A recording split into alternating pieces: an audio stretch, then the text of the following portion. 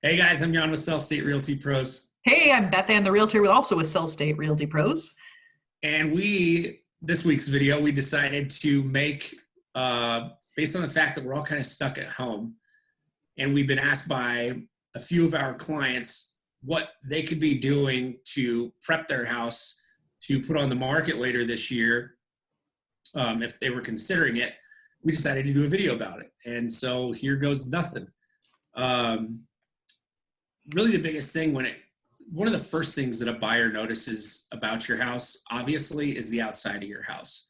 So curb appeal is a real big thing, which would be number one is try and spice up your curb appeal if you can. I'm sure a lot of you are gardening anyway, but if you keep your lawn nice and green, plant some flowers, get some mature landscaping in the front yard, just make it look as nice as you possibly can. That goes a long way for the appeal of your house to other buyers.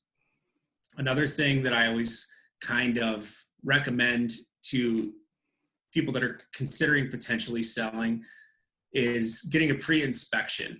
I know it's not the most favorable thing to have to pay for something like that, but it really helps you because you find things that are going to pop up on an inspection anyway.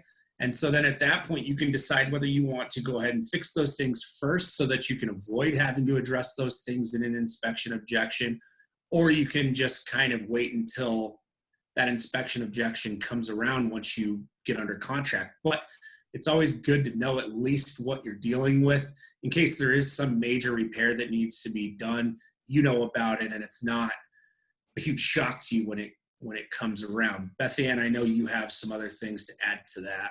Oh, I always can talk. I did a video on Wednesday and it had some market stats in it. And it actually said that, if I remember correctly, 19% of people right now are looking at the same four walls and they're like, boy, I need a whole lot more space here. 11%, I think, 13% are looking to remodel their kitchen, which Right. you just did. So there you go.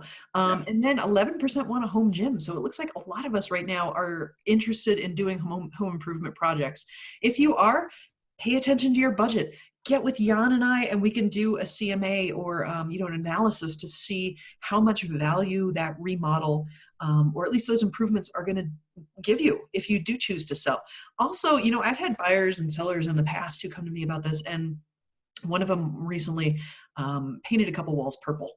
And it wasn't a very good story because a lot of people, it looked great for her, but a lot of people didn't want that when we went on the market. So I'd recommend, outside the budgeting and the serious stuff, make sure you also pay attention to the fun stuff, the design elements of, is a buyer going to walk into my home and be like, oh, wow, I want to buy this home? That's what we're going for, obviously.